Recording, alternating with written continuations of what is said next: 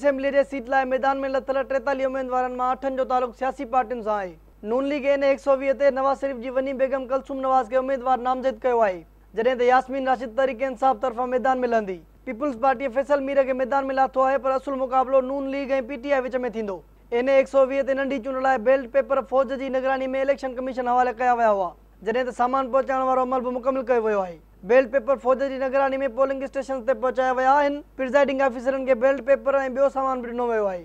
तक में पोलिंग जो अमल सुबुह 8 वॻे खां शाम 5 वॻे ताईं बिना साईअ जे जारी रहंदो। क़ौमी असेंबलीअ जे तक NA-120 में 220 पोलिंग स्टेशनूं आहिनि, जिन मां 102 मर्दनि, 98 औरतुनि ऐं 19 गॾियल आहिनि, जॾहिं त तक में झेड़े जे ख़दशे सबबि समूरनि 220 पोलिंग स्टेशन्स खे हसास करार ॾिनो वियो आहे, जिन में 1,79,642 मर्द ऐं 1,42,144 औरत वोटर आहिनि। इलेक्शन कमीशन जे तर्जुमान मूजिबि चूंड लाइ 220 प्रिज़ाइडिंग ऑफिसर, 568 असिस्टेंट प्रिज़ाइडिंग ऑफिसर ऐं 668 पोलिंग ऑफिसर मुक़ररु हूंदा। इलेक्शन कमीशन तरफ़ां तक जे 39 पोलिंग स्टेशननि ते बायोमेट्रिक मशीनुनि जे तजुर्बे जो बि फ़ैसिलो कयो वियो आहे। इलेक्शन कमीशन मूजिबि मशीनुनि जे इस्तेमाल सां चूंड नतीजनि ते को बि फ़र्क़ु न पवंदो। नंढी चूंड दौरान अणवणंदड़ वाक़े खे मुंहुं ॾियण लाइ फ़ौज मुक़ररु कई वई आहे, जंहिं लाइ फ़ौज जा जवान राति खां ई पोलिंग स्टेशन्स ते मौजूदु आहिनि। इलेक्शन कमीशन प्रिज़ाइडिंग ऑफिसरनि खे पोलिंग अमल मुकमिल थियण खां पोइ फौरी तौर नतीजा पधिरा करण जो हुकुम ॾिनो आहे। होॾां पुलिस पिणु NA-120 जी चूंड बाबति सिक्योरिटी प्लान जारी कयो आहे।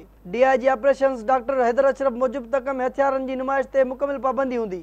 हुन चयो त 220 पोलिंगुनि ते 70,000 पुलिस एहलकार मुक़ररु हूंदा, जिन में 6 SPs, 18 DSPs ऐं 46 SHOs शामिल आहिनि। डॉक्टर हैदर अशरफ मूजिबि 105 मातुनि में 220 पोलिंगूं आहिनि, जिन खे 5 ज़ोन्स में विरहायो वियो आहे। हर ज़ोन जो इंचार्ज SP हूंदो। DIG ॿुधायो त एलिट फोर्स जूं 30 गाॾियूं पेरू ऐं डॉल्फिन फोर्स गश्त कंदी। रूफटॉप सिक्योरिटी ऐं हवाई निगरानी बि कई वेंदी। ट्रैफिक पुलिस तरफ़ां ट्रैफिक प्लान जारी कयो वियो आहे। चीफ ट्रैफिक ऑफिसर राय एजाज़ मूजिबि SP आसिफ सिद्दीक़ ट्रैफिक जी निगरानी कंदो। चीफ ट्रैफिक ऑफिसर मूजिबि इलेक्शन दौरान 580 वार्डन ऐं ऑफिसर ड्यूटियूं सरअंजाम ॾींदा।